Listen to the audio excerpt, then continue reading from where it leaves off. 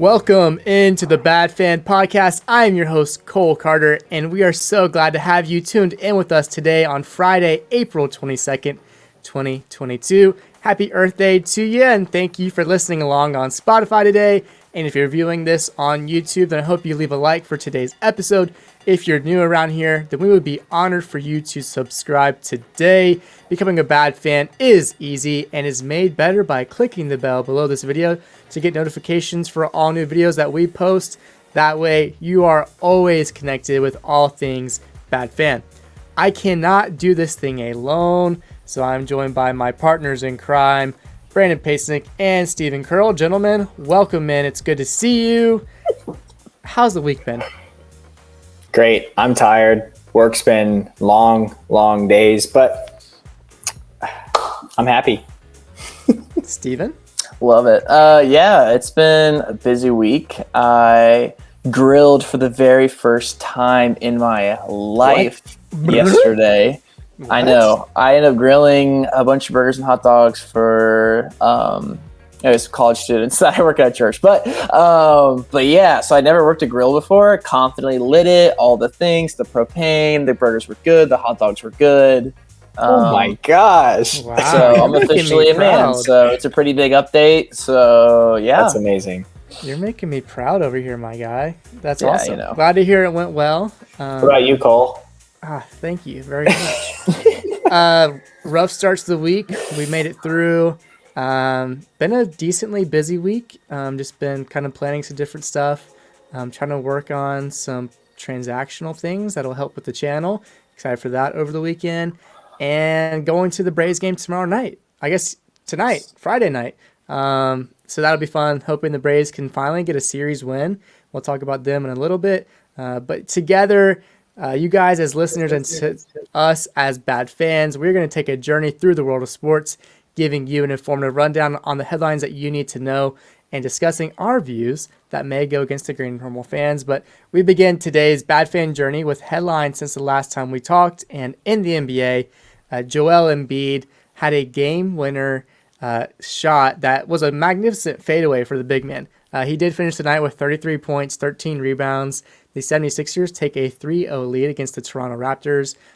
Those teams, I think, face off Saturday night, and the Raptors will look to stay alive, not being too far removed from being NBA champions, but looks like the 76ers might have that series wrapped up. Injuries have been a big story in the NBA. Devin Booker, guard for the Phoenix Suns, is looking to be out 2 to 3 weeks with a hamstring strain. Luka Doncic over in Dallas with the Mavericks is looking to return for Game 4. He's had a calf injury that has been nagging him. Now we hear about Chris Middleton of the Milwaukee Bucks. He might be out for the series and potentially the next series if they advance with an MCL sprain. And then in Atlanta, big center, the man who kind of is the glue that holds the team together when they need him, Clint Capella, is to be reevaluated today, but he is doubtful to return to the Miami Heat Atlanta Hawks series with the Hawks down 2 games already. Big baby Simmons is looking to give a return, giving it a shot on Monday for Game 4 against the Celtics. The Nets are already 2 games down to Boston, and really this is a team that's been underachieving all season and now being 2 games down. I don't know if Ben Simmons can really do that much to help the team improve, but he's going to give it a shot after sitting out the entire season. Some of the other series going on. The Memphis Grizzlies on Thursday night were down, I think, 26 points to the Minnesota Timberwolves, and they came back and won that game. Pretty impressive for those young guns in Memphis. We have the Bulls taking on the Bucks still, Mavericks, Jazz. A lot of series going on in the NBA first round. Make sure you stay tuned in. We'll give you guys updates as the series go on and as those injuries and those players are reevaluated, and we'll see how they look in a week or so. But Steve is going to get us leading off with all things MLB, all things baseball on the Bad Fan, going around the diamond with the latest from Major League Baseball. Steven, you want to get us started, big guy? Yes, absolutely. We start our journey off with the most wanted man right now in Detroit, which is Aaron Boone, manager of the New York Yankees. Controversially, intentionally walks slugger Miguel Cabrera. The last at bat of the game, he's at 2,999 hits and had that opportunity to hit 3,000 at home taken away from him by the Yankees manager after collecting 3 hits the game previous. It looking like he was going to get it done that homestand. But alas, he was met with a ton of boos. The bases were then loaded, and Austin Meadows, the batter after Miguel Cabrera, proceeded to hit a 2-run double. So the strategy not working out for the New York Yankees, not working out for Aaron Boone. Anything from the boys to chime in on that one? Aaron Boone is a clown. I guess I understand the strategy, but also not, because I think Austin Meadows is hitting like 384 against lefties. And so it's like, do you take the guy that has almost 3,000 career hits, or do you take the guy who's really good against lefties and putting the bases loaded on? I think I'm probably going to take my chances with the guy who's like 0 for 3 on the day. So I think Aaron Boone is a clown. He deserves all the boos, all the criticism. I've never really liked him at all, and it proves even more that the Yankees suck and that we don't like them around here. A little feisty over here, Cole. Okay, okay. Who likes the Yankees? Why would you like the Yankees? Yeah, unless you're from New York. I mean, look, I get the move. It is a baseball like coaching move. Like you see it all the time. It just happened to be that Miguel Cabrera was at the plate, and I don't think that should get in the way of making the baseball move, if that makes sense. I mean, being a romantic, you're saying it doesn't matter. It's early in the season, whatever. But he's trying to win the game. I think at that point it was 1-0 Detroit in the 8th inning, I believe it was. So they could have still won that game. And, I always say the first games don't matter, because they really don't, because you can make up for them at the end of the season. But if they win this one game and then they win the one wild card by one game, right? Like you can look back and say, oh, that move worked. So I get it. But yeah, so stupid. The stadium was filled too. It seemed like they were all there to try to see Miguel Cabrera's 3,000th hit. But yeah, Boone, go ahead. I was going to say another quick note. After Miguel Cabrera collected, I think 3 hits the game previously, he was getting asked about, all right, you're at 2,999. How are you feeling about it? And he gave a quote, something along the lines after the game of, who gives a damn? We still lost the game. When has baseball ever been about individual accolades as opposed to a team? And so Miguel Cabrera, just pure class also.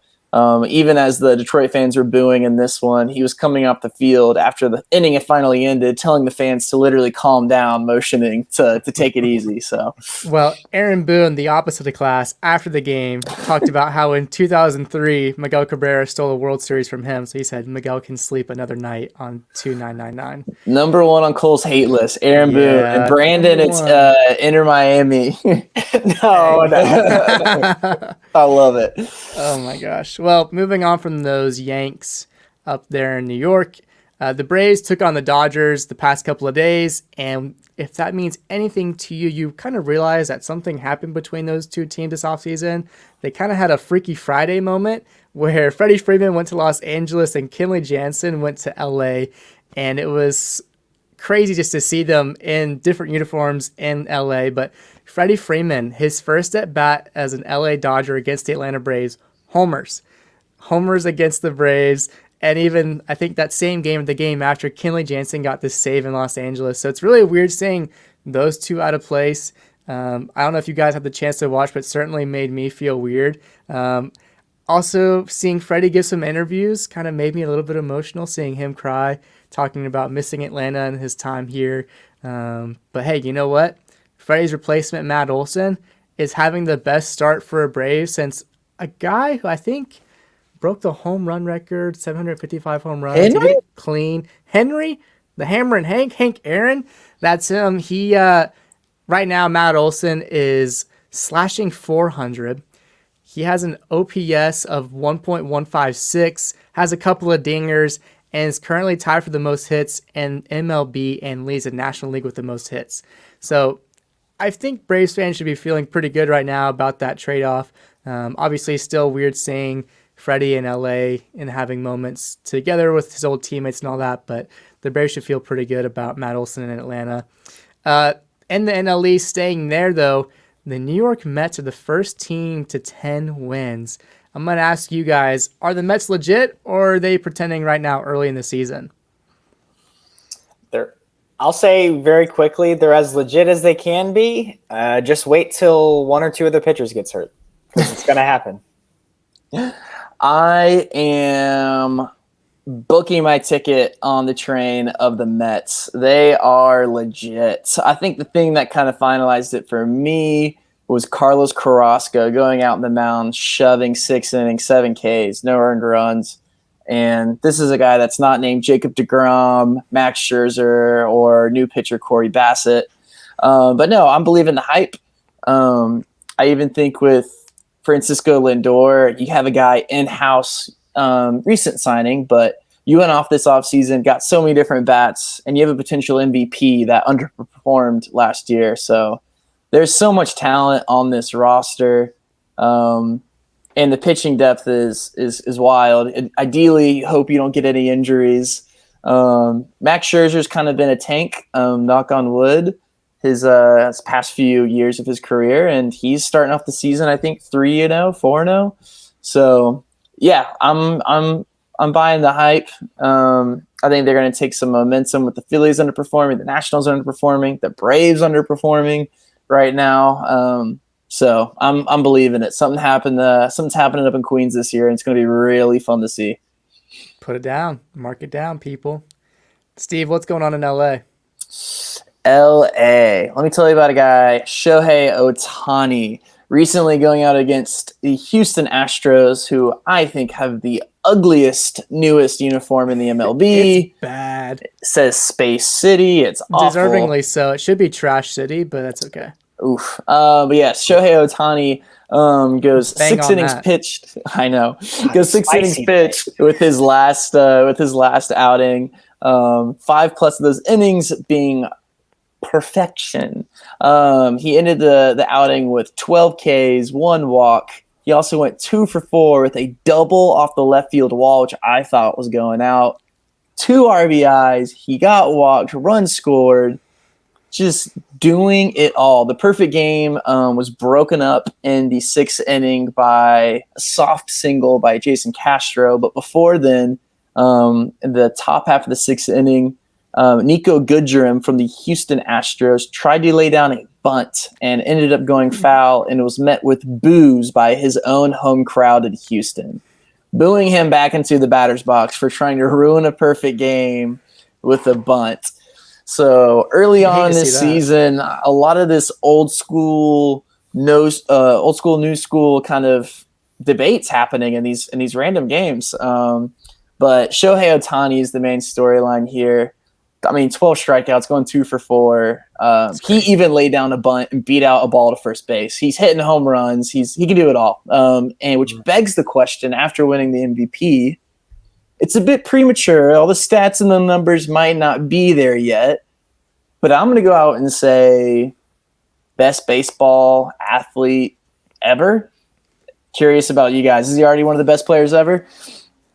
My only hesitation is I don't know how old he is. I'm thinking, let's just say he's like 26. I'm thinking he might have like 8 solid more years out of him, right? Let's just say that, hypothetically. I mean, if he can continue to produce. Pitching or hitting? Hitting. And it depends if he stays healthy, right? So I'm just saying if he has 8 more years at the production level he's at now, I'm for sure putting him in that highest, like, best player of all time kind of level. Just the fact that he's doing on both sides is so impressive, and that he's doing it so often. I think this is a guy that, did he steal 30 bases last year? Like, this is a guy that could potentially hit like 40 bombs. Let's just say steal a minimum 20 bases, striking out 175 guys, pitching 180 innings or so. Like, that's an incredible stat line that currently we're not seeing from anyone else on the planet. So yes, I definitely think he deserves to be in that conversation just alongside his teammate Mike Trout. Yeah, I mean, I think he's insanely unique in what he does, like you guys just laid out. Best ever, hard to say that. Obviously, he is 27. He'll be turning 28 in July 5th, actually. So I'm sure there's like a little metaphor you could put in there.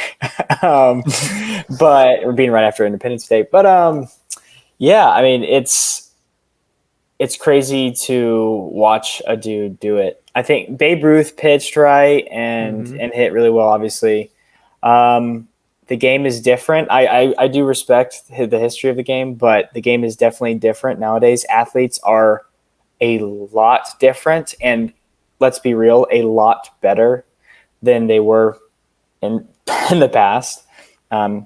So to see a guy that's doing it at this level, I don't know if this really matters, but he's foreign, right? Like, he coming from a different league. He didn't grow up in, this sort of Western baseball world, shall I say. So it's awesome to watch, really. I'm a huge fan of Shohei. Oh, yeah. And he's been doing some funny things, too. Like, he resuscitated his bat last week. I saw don't know if you guys saw that. That's so great, too. So he's starting to fit in, obviously embracing the game over here, which has really been cool to see. Yeah, another quick note on Ohtani. He just recently, he had taken losses in back-to-back starts, and that was the very first time that had happened in his professional baseball career, including Japan and the time he spent here in the MLB. He has never lost back-to-back starts. And then after he did that, he came out, and also his pitch count, too, at the end of the sixth inning, I think it was like 75 pitches. So he's doing it efficiently and striking out 12 people. But the guy's a freak. He's a monster. I digress. He is a freak. Thank you for that update on Shohei. Still in California and out down south in San Diego, there's been some beef. I don't know if anyone saw this, between Luke Voit and Tommy Pham.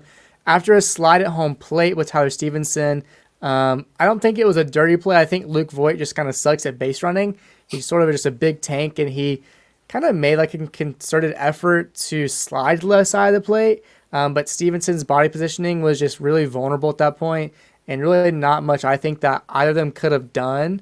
But Tommy Pham came out with some words after.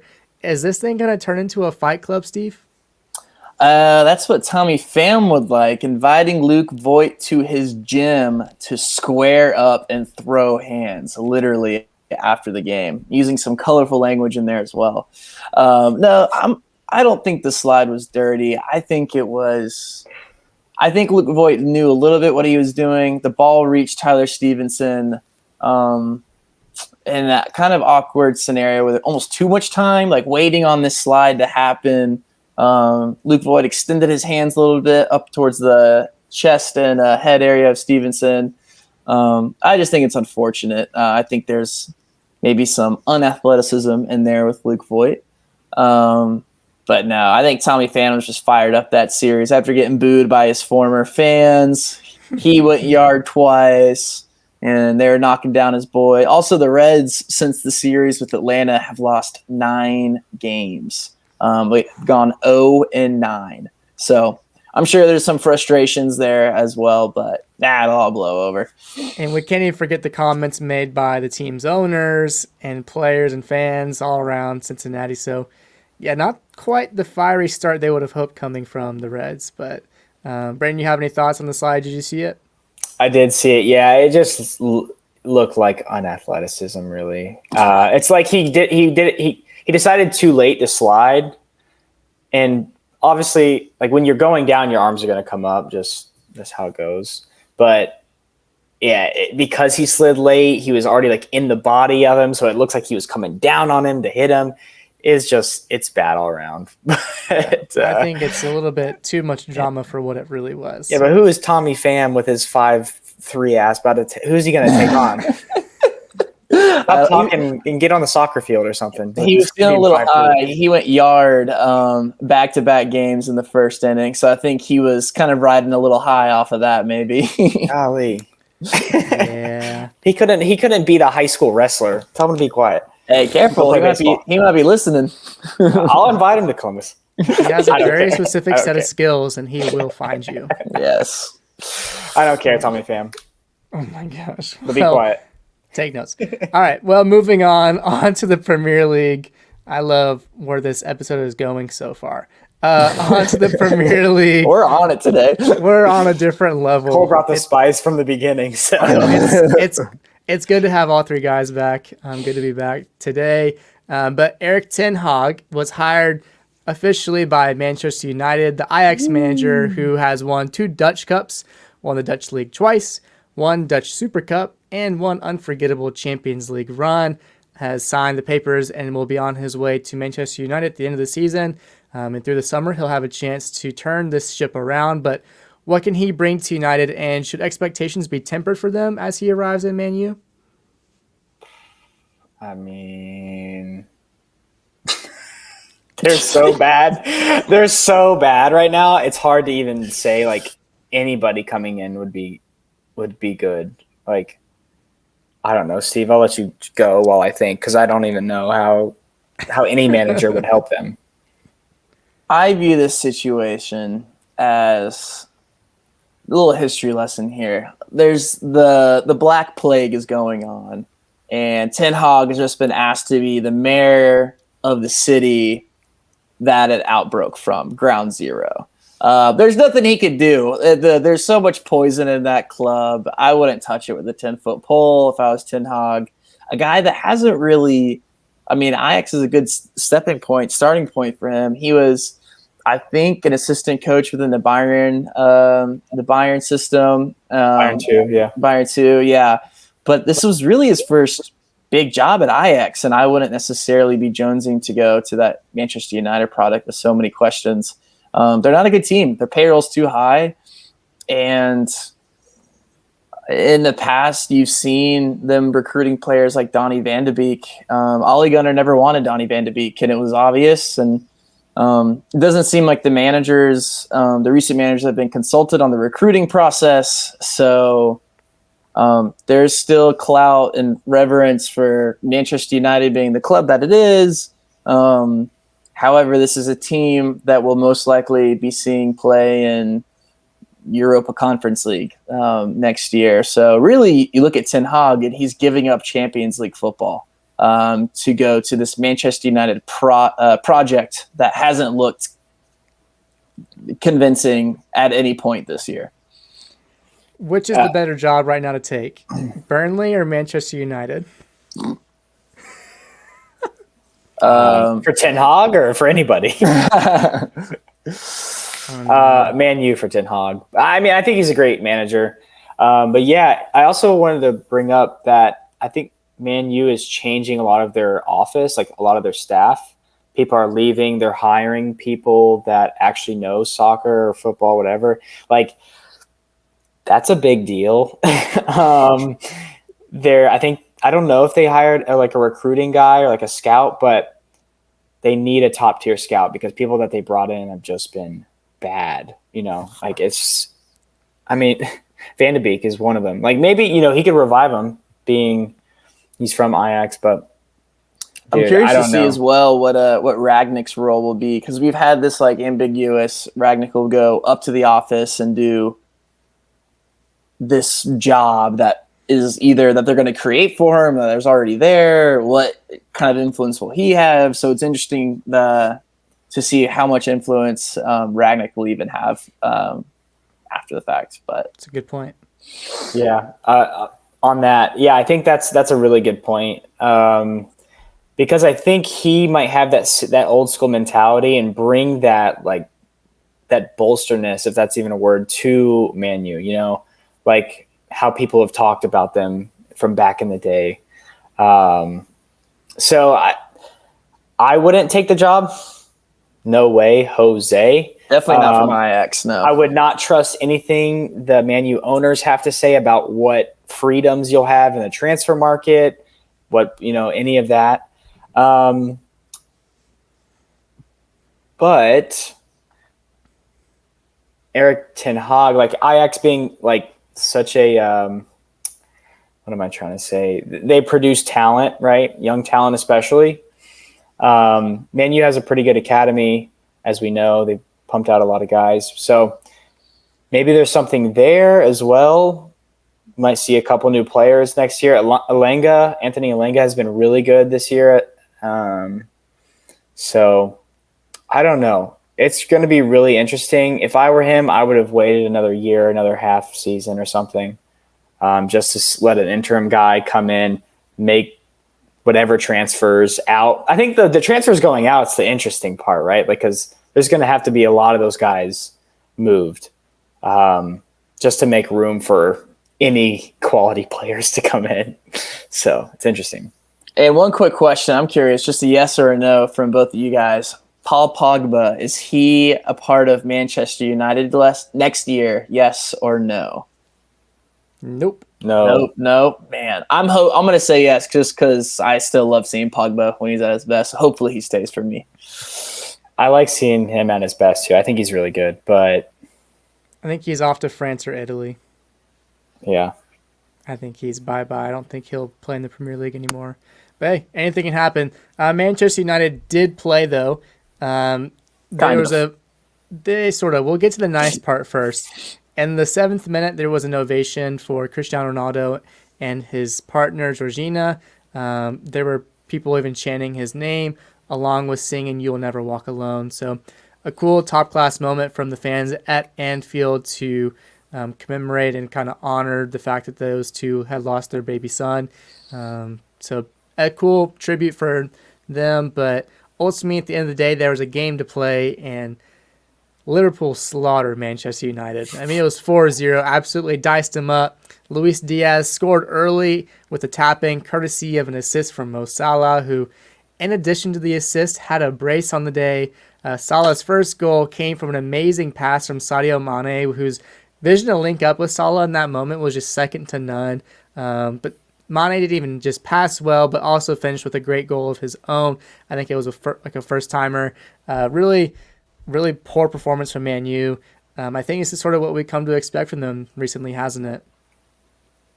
Yeah, it really is. Also, what we've come to expect from Liverpool too. So I was saying that this game, if Man U showed up, because they have good enough players to beat Liverpool, to be honest, that they could win the league for Man City. I was trying to be very optimistic. Also, I said Ragnick would have to have a really good game. That was maybe one of the dumbest coaching decisions I've ever seen. Going against Liverpool with 3 in the back. Like, are you on drugs? Like their best players are their wingers. And like Phil Jones getting his second Premier League start. Maybe it's desperation. I mean, Varane's still injured and out, but I don't think Phil Jones was the one that performed poorly as Harry Maguire at the center of the drama again. Bro, he looked bad. I'll pass it to Steve because I think I can keep going, but oof. Yeah, I don't have a whole lot. Liverpool is better than Manchester United, and they're better than them to the extent that I thought so. So yeah. And Manchester United is bad. That's really all my expert analysis. Mane, good. Salah, good. Salah, good. But yeah. In the continued race for the top 4, sometimes it just feels like hot potato, like I don't want 4th, I don't want 3rd, I don't want 4th, I don't want 3rd. Well, Arsenal, they beat Chelsea 4-2. It was a great game that you guys predicted it would be, but also y'all sort of expected Chelsea to rebound after being bounced from the Champions League. The past couple of times they'd had performances like that in Europe or in the FA Cup, whatever it was, they kind of come back stronger or just had some kind of result. Well, this one went the exact opposite as they had hoped. Brandon, what was the reaction and what happened in this game? Yeah, I mean, it was a really good game. Chelsea, I was looking at the stat line. It's, again, very similar to like the Real Madrid games where they look pretty good. They have more possession, more passes and whatnot. It's just, I think their defense is falling apart. I mean, their defense was at one point the strongest part of their team, right? Like when they weren't scoring goals, their defense wasn't giving up any. So then they would just win games 1-0, 2-0. Now their offense has to score goals because their defense is giving up 4 goals a game. So really, really interesting, but it was a very exciting game to watch. And one last thing before I pass it to Steve. There's a 92nd minute penalty to Saka. Why do we have VAR if it's not going to be used? It wasn't a penalty. Like, it was never a penalty. Maybe from the initial look over from the peripheral vision of the referee, but like someone in his ear is like, no, Saka pulled him down, actually. He doesn't have to go to the monitor for that. Yeah. Hey, sorry, you got this way wrong, actually. I don't know. So bad. VAR is so stupid sometimes. Yeah, I mean, it wasn't a penalty, but yeah, this game was, I think for me, it kind of illuminated how far away Chelsea is from Manchester City and Liverpool. Kind of similar profiles. I was kind of comparing Manchester United playing Liverpool maybe as Arsenal and Chelsea, expecting Chelsea to be this dominant force against an Arsenal team that's kind of been definitely inconsistent at best. Recently. Yeah, and expecting a bounce back from Chelsea, some class, some anything. And honestly, the goals that Arsenal got, to the exception of Smith Rowe's goal, was incredibly beautiful. Just absolutely side footed into the net. Yeah. The Nketiah brace was sloppiness by Chelsea. I mean, all credit to him getting his first couple goals in the Premier League. But it was just defensively just sloppy from Chelsea. That just didn't really look cohesive. And even their goal, Timo Werner took a shot that deflected off it, pinballed like 4 people or something. It was a weird game. Had a lot of goals. It definitely had some excitement. But yeah, so that's what I definitely got. Was Chelsea is definitely far off the cuff of Manchester City and Liverpool. Mm-hmm. And they have $100 million problem on their bench, and Lukaku, that just doesn't seem to work when he's on the pitch for whatever reason. So they got some issues to figure out, but I mean, they're not really playing for anything. They're in the FA Cup final. There is that, but yeah, no, Chelsea looking pretty disappointing in this one. And they still have a ownership issue, by the way. So we'll see where that goes. Also true. Yeah, things are not looking bright for the Blues. Well, going on to other teams and games in the Premier League, our old friend in Atlanta, Miguel Almiron, wins it for Newcastle. They were a 1-0 win, so it was really big for them. He's getting his first goal of the year, despite it being late. We just love getting to see him celebrate. Miss seeing him on the pitch for Atlanta United, but the goal was sweet. It was a really classic Miggy goal. Just a long ball played to him, using his speed, playing it off his chest, takes a cut inside, and then slots it into the top left corner of the goal. Just a classic Miguel Almiron goal. I know you guys are excited to see that one. I had that replay going again and again, just watching him. Felt pretty good to see. Made me so happy. I should have worn his jersey tonight, but seeing that. He postcarded that goal. I mean, it was just beautiful right in the top left. And him running over the fans, man, like just the energy that he brings. Yeah. No one else does it like him, man. I love it. And this is a guy 3 years ago that was Newcastle's record signing, so it's good to see some production out of him. Maybe he can. It was only like 25 million though, and then they signed Joe Linton for 40. So Hey, at one point. But hopefully he can maybe sneak his way back into that team as Eddie Howe kind of sorts out what he wants his team to look like next season. But good for him to get that goal. Everton, they steal a late draw against Leicester City. Richarlison scored in the 92nd minute, saving Everton for more woes back at home at Goodison Park. And then Burnley, they kept up, though. They beat Southampton 2-0 with 2 first-half goals just a couple of days after firing Sean Dyche. So they keep pace with Everton, and only a 1-point difference between those two teams. So definitely heating it up down at the bottom. It's back on.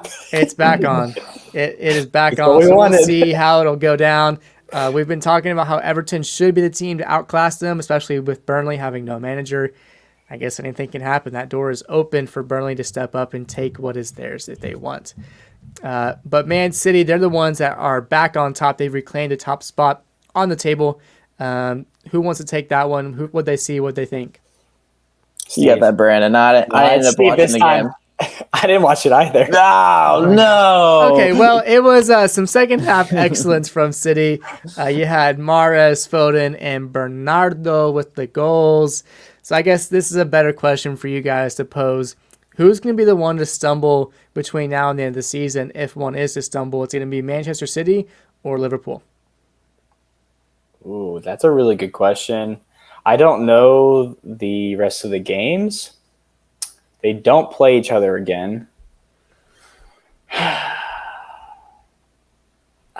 I mean, Man City doesn't play Tottenham. They already played them twice. I was gonna say that's Liverpool usually does. their kryptonite. Liverpool I mean, we plays did beat them Tottenham. twice, but Right? No. If either of them play Chelsea, Chelsea can still win. I don't think Arsenal would beat either of them, to be honest. Even on a really good day for Arsenal. I honestly think they'll both just win out and Man City will win. It's hard to imagine. They're both so good right now. And they're just so focused on Champions League and the Premier League. It's awesome to watch. I'm going to go with Liverpool winning the title, and I'll tell you why. I think we've seen Manchester City so many times this year not really play exciting football. Kind of Brandon talks about it a lot, like a machine, right? Which is great, and they've won so many games, but there just seems to be so many goals in Liverpool from so many different areas with Jota, Diaz, Mane, Salah, and they have more goals than City this year. And City is a definitely more methodical approach of breaking a team down. And I think the only way that it's still going to be, I definitely don't think this confidently, but I do think Liverpool will win the title. And I think it'll just be a couple games where City just maybe drop some points on maybe not necessarily losing any games, but just not being able to break down certain teams, maybe leaving it too late.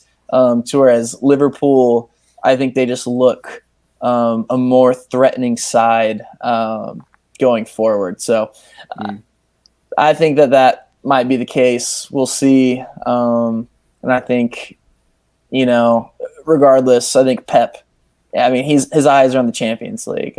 If that plays into any psyche at all, too, will be interesting to see as Champions League gets further and further along. So, I'm actually looking at their fixtures now. So, Man City, listen along for a second. So they have to play Watford, Leeds United, Wolverhampton, Newcastle, West Ham, and Villa. So a mix of a couple of good teams in there.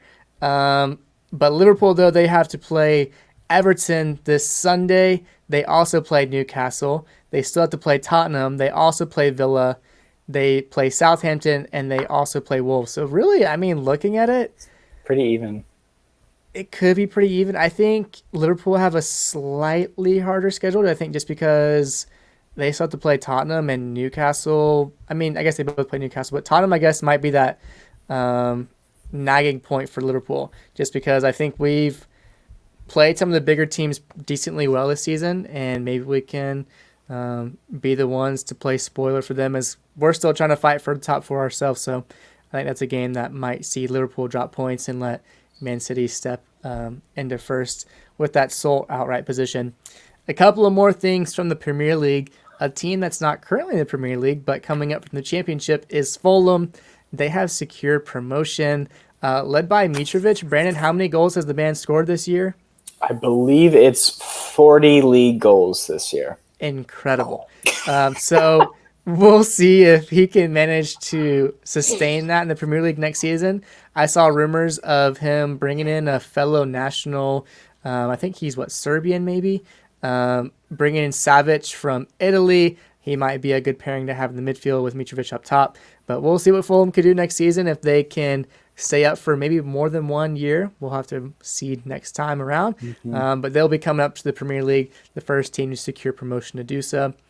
Some games to watch this weekend. We kind of talked about some of these teams and what's on the line for them. But Arsenal is taking on Man U, two teams that are fighting for that top 4 spot for what's left. I guess, Steven, as Tottenham fans, the best we can hope for is a draw, maybe, so that both teams drop points. And Arsenal loss. That's what I want. I mean, that's what we need, I guess, more confident in Man U dropping points down the road than Arsenal. So, yeah, maybe an Arsenal loss. We have Brentford versus Tottenham. Christian Eriksen makes his return to Tottenham Hotspur Stadium. I think every game that he has played 90 minutes in, Brentford has won. He's been magical so far in his return to the Premier League. What can he do against his former club? Maybe he's making his return to his former club in the summer. Remains to be seen as his contract is up. I've heard those rumors. Yes, Liverpool and Everton, they have a big rivalry. That game will go down. Maybe it's the one that Everton can find something from. Maybe they're the ones to play spoiler. That's what I'm saying. It's the Merseyside Derby. It's big. It's at Liverpool, though. I don't know. That'd be crazy, wouldn't it? I got 6-0 Liverpool. I agree. Okay. Burnley is taking on Wolves. Burnley's trying to scratch their way out of relegation. I guess it depends on what happens with Everton. And then Chelsea and West Ham. Chelsea is coming off of that embarrassing loss to Arsenal, and West Ham is fighting two battles on two fronts. They're in the Europa League semifinal, but they're also sort of somewhat looking to stay alive in the top four race, but mostly just trying to find their way to Europe next season. Well, as a somewhat way back to the land we love in the U.S., there's soccer that's played here. Across the pond. Across the pond. There it is. There it is. And the Lamar Hunt U.S. Open Cup. Some highlights, some things that stuck out from the round of 32, I think it is. Landon Donovan is the manager of the San Diego Loyal. It's a weird name. They come up short against his former club, LA Galaxy, 1-0. Detroit City upset to Brandon's neighbors, Columbus Crew, 2-1. Our guys down south in Statesboro, Georgia, the Tormenta, they win 2-0 against Birmingham. What's up, Keziah Sterling, Raheem's brother? Hope you're doing well. Tormenta is going to face Inter Miami, who they already played a very tough game against Miami FC, winning 1-0. Which I was going to say, they didn't look very convincing. I don't know if you guys watched any of those games, but Inter Miami definitely could have lost that game. So Tormenta, man, I would say watch out. That marks the first jab that Brandon put towards Miami this podcast. No, it was a fair jab. I watched the whole game. Jab number 2, when does Inter Miami ever look convincing? Hey-o. They might when they play Atlanta United this upcoming weekend. I hope not. Chicago Fire loses on penalties to Union Omaha.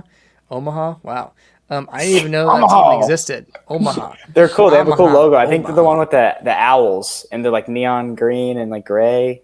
Might have to look it up later. Union Omaha. They have a pretty cool logo. Omaha, like you said. Oh my gosh. But a worse loss than that one. Austin FC fall to San Antonio 2-1.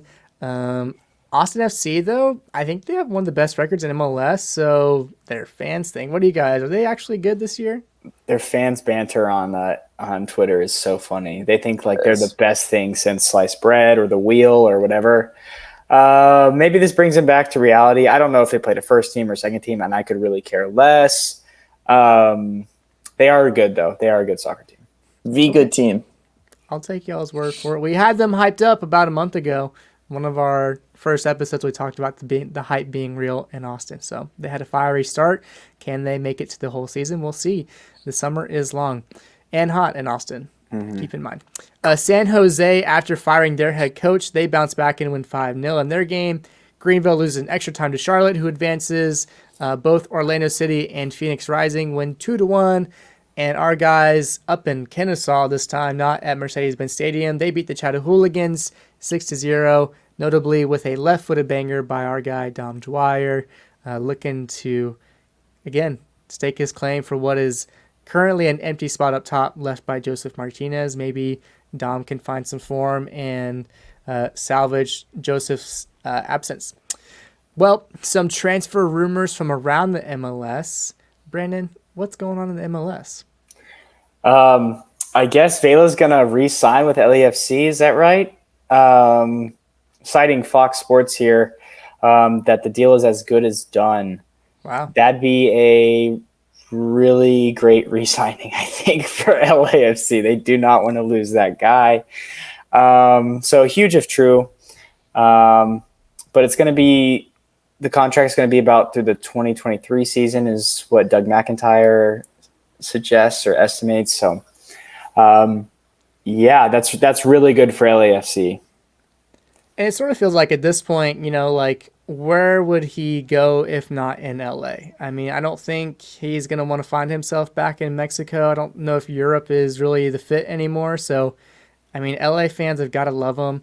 He surely's got to want to stay in LAFC. So I feel like this deal makes sense if it's true.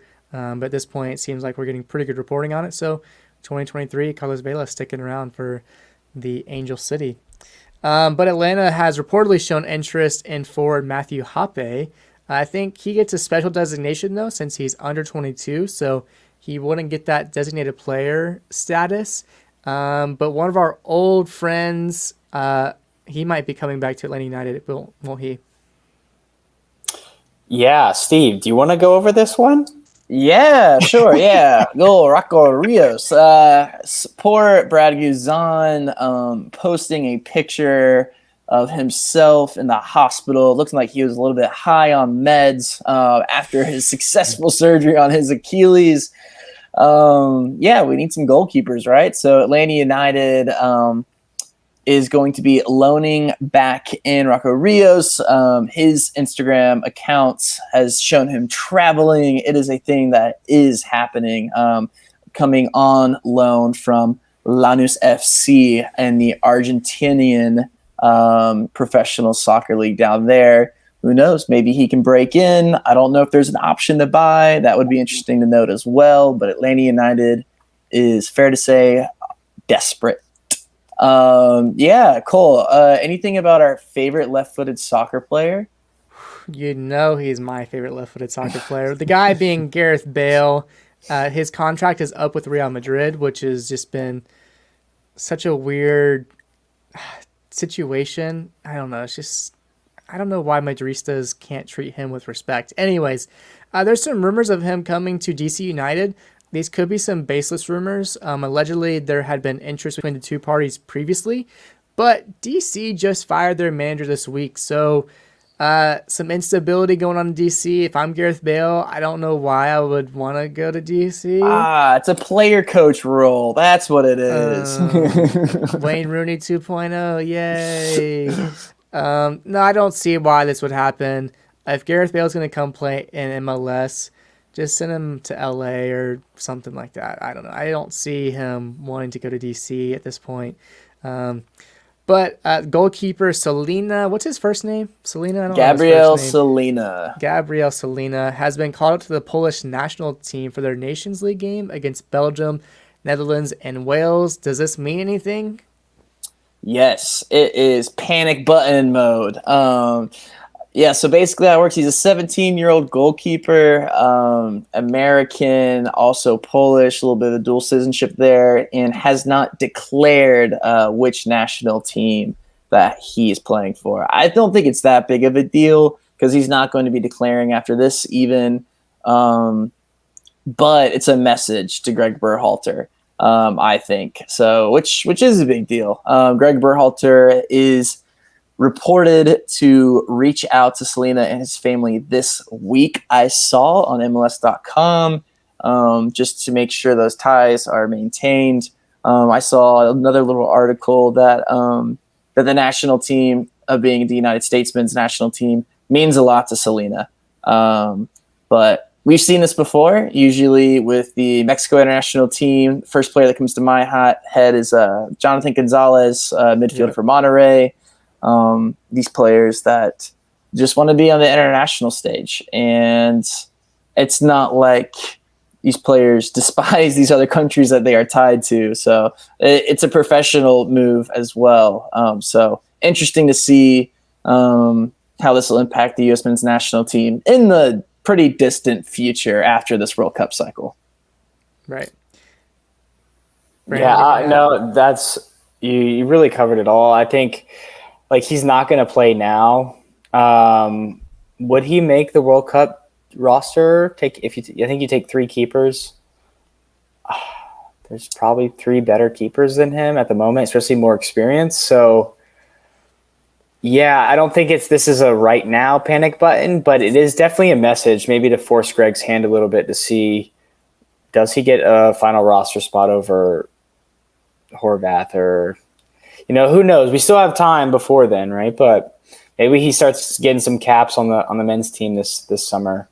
Yeah. So I think it's definitely one for the future, and definitely a storyline to follow. So we'll see. Another quick note, I think I mentioned this last time on the podcast about MLS goalkeepers and their relationship with the U.S. men's national team. You have a situation where Matt Turner is now going to be the number 2 at Arsenal and not getting game time.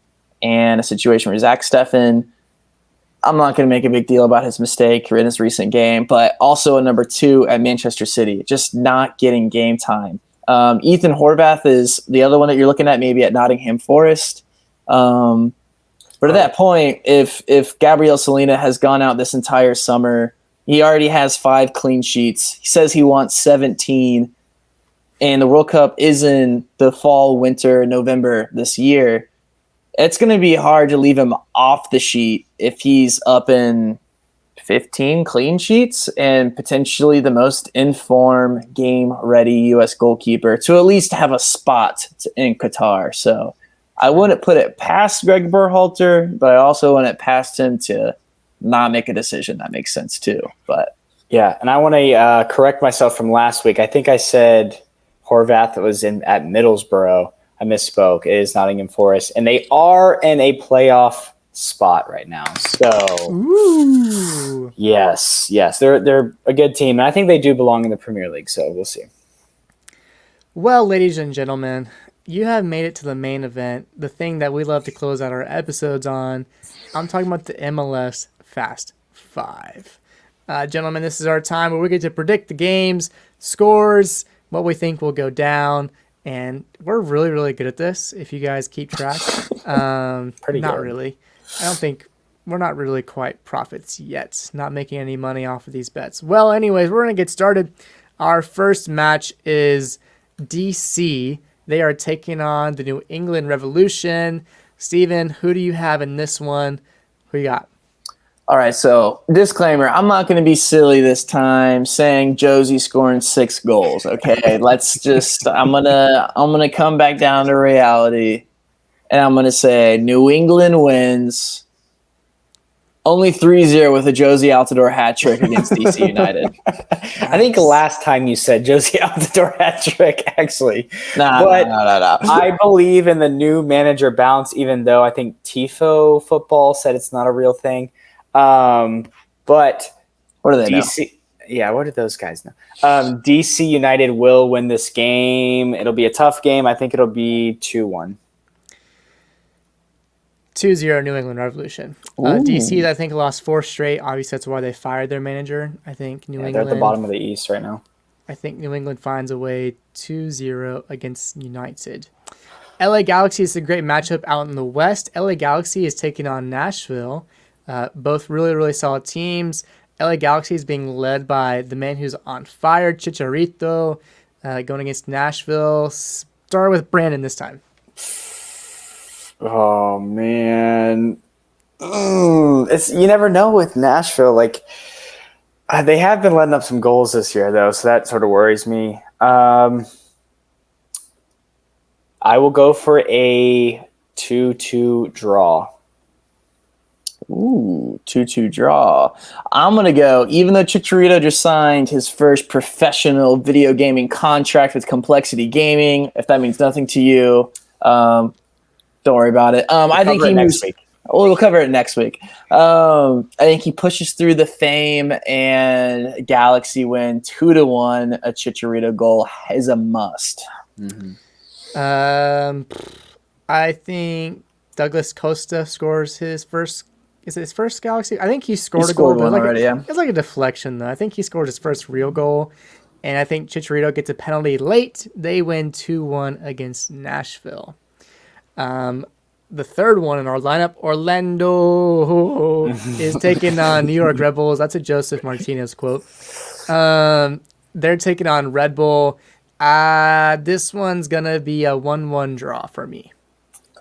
These are two of the best teams in the East so far this season. I have not actually watched any Orlando games, so I don't know how they play. But I've watched a Red Bull game against Dallas, who's really hot, and they didn't win. I think it was a tie game last week, but they looked absolutely amazing. So I will go Red Bulls 2-0. I'm going to go with Orlando 1-0 with the Human Octopus tied league leader in clean sheets. Holds the New York Red Bulls with a 1-0 win. Nice. Okay. The battle for Texas is hard. You have FC Dallas versus Houston Dynamo. Steven, who's going to take this one? It's going to be a 2-0 FC Dallas win over Houston. With maybe a Ferreira goal in there, maybe Pommy Call comes back up. I don't know. Spicy. Houston's hard to predict. I think they gave up 4 goals 2 weeks ago, and then they gave up none last week. They also didn't score any, so they're all over the place. But they're doing really well this year for being bottom last year. But FC Dallas has good enough players to sort of just, especially attacking talent, to just go at them. I will say, did you say 2-0, Steve? I did. I'll go with you and say 2-0. I agree with that. I'll pump some brakes on Dallas and say Dynamo get a 1-0 win at Dallas, so an away game. I think the Dynamo just pop in, say hey, steal a goal, and they get the win 1-0. Yeah. The last one on the list, what am I thinking? I think it's going to be NYCFC. They're taking on BPAT's Toronto FC, a game that features 2 teams from the East, the former MLS Cup champions, who have a terrible, terrible banner to commemorate that achievement. And you have Toronto FC, who Brandon says is the team to watch out for this summer. We'll start with him since he's put so much hype on that team. Who do you have in this one? NYCFC has obviously underperformed this year, but Castellanos scored 4 last week. They don't have the Champions League to worry about, so all of their focus is now on the MLS. So it could be scary, knowing that they can score a lot of goals. Hopefully Bob Bradley's tightened up Toronto a bit, though. You know, they just went and beat the East's leaders. They were undefeated. Philadelphia Union. So that's true. They played a really good game last week. It is in New York, though. Again, I'll never go against New York when they're playing on a baseball field.